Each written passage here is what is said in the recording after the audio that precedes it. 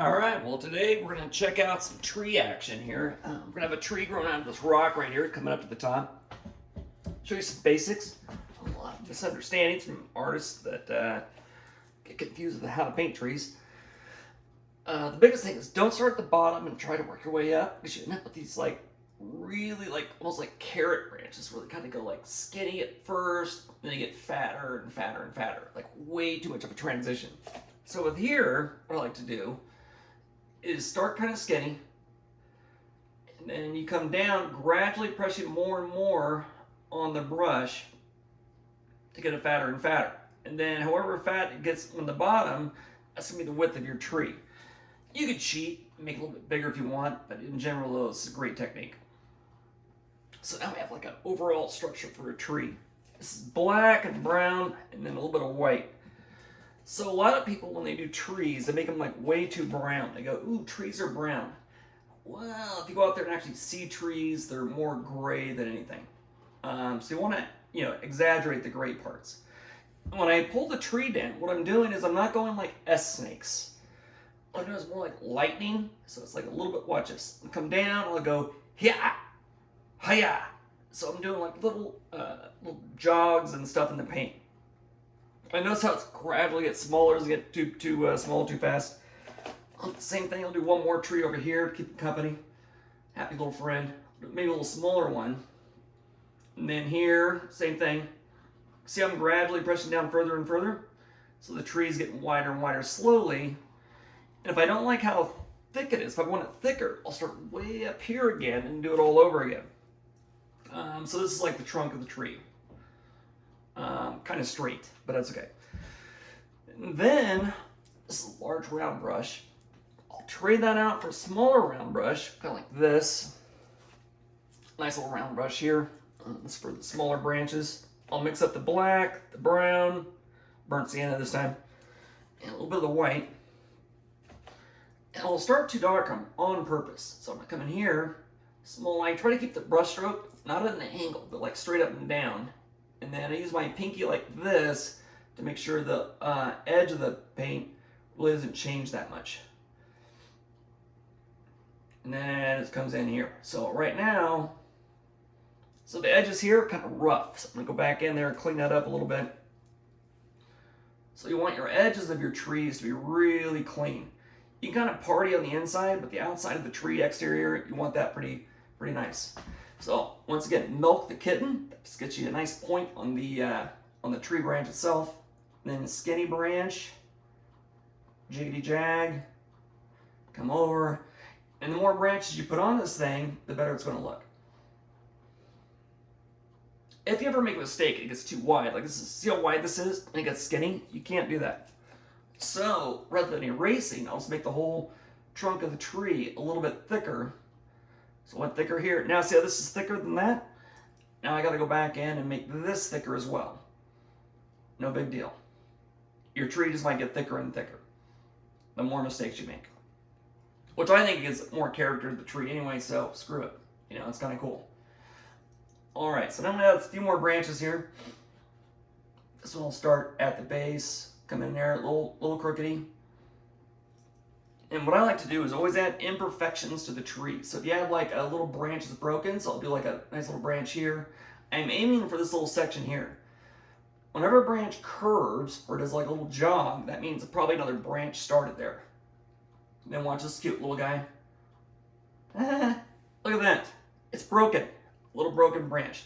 Those imperfections will make it look more realistic. And I'll come in here. See where it jogs over here? I'm going to do the same thing on this side. I'll come in here, start way over here, and I'm aiming to this part right here. Skinny, pressing down further and further. And then ending up right at that little bend. Then I'll come in here and do the same thing.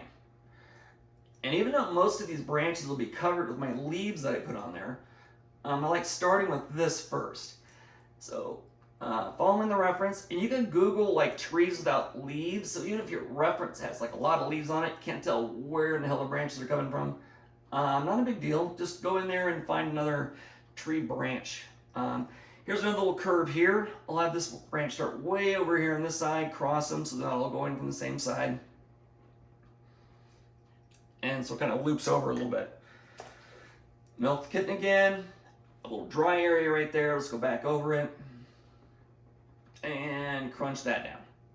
And the more branches you put on, like I said, a little more and more like a tree, the more branches you have on there. We'll add another one here, a skinny one. And don't worry, see these branches, how they have the S bend in them?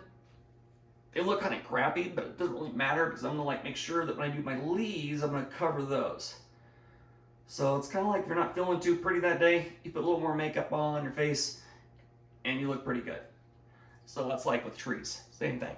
Okay, now I'm looking at it, it's still wider than here. Here it's wide, here it gets a little more narrow.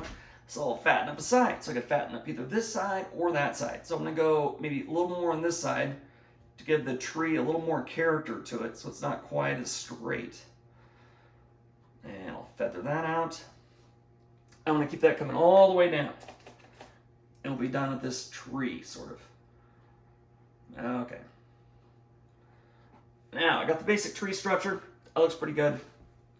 Now, for textured bark, what you wanna do is take a bright brush, these little flat guys, and mix up a tint of the color. Not that much lighter though. Don't go like 10%, don't go crazy. You know, like maybe just a little bit lighter. And when you paint, you want to mix it up. So in other words, don't use the tip of the brush like this. Use the side of the brush for texture of the tree. And the paint will pretty much fall off the brush. It'll give you like a nice tree texture, bark texture. It's a little bit light there, but I don't care. It's not my project. And I'll come in here a little lighter, using the side of the brush. So instead of like this, it's almost against the canvas. So the brush paint falls off the brush and it makes like a nice little pattern. See that? So it's like, it's pretty easy. Everything in art is really easy to do as long as you follow the steps and techniques. Now it took me like forever to develop these things. So when I was in college, I didn't really have teachers teach me like tricks and techniques. You know, they just kind of go with it and they come around, they go, wow, you're doing really good, keep pushing it, whatever that means. Never understood what that meant. Keep pushing it. What the hell does that even mean? Not even sure. All right, so now I have this texture going on there. Using the side of the brush, I can keep going all the way up. All right, so then you can tap it out. If you want it more realistic, that could be another show.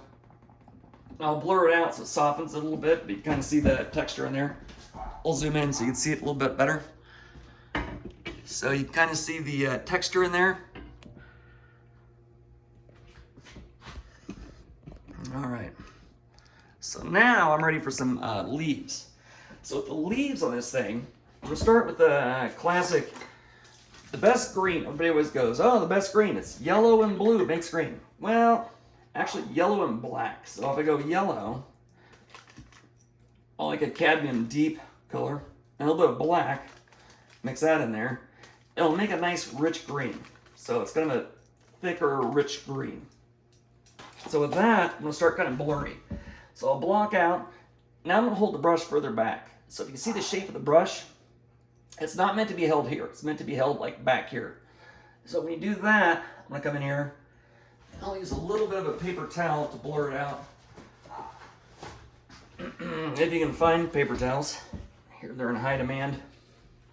So I'm gonna come in here. Then rather than sticking all the blurry leaves right on the branches, I'll have some that kind of float off. Show you what I mean by that. So here, instead of going just on the branch like this, I'll have some that like right in here that aren't even touching any branches.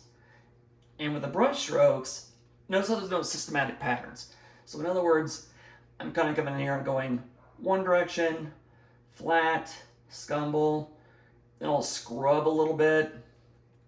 So it's not like a one brush stroke kind of trick. It's kind of random. All right, so now I'm getting the base coat on there.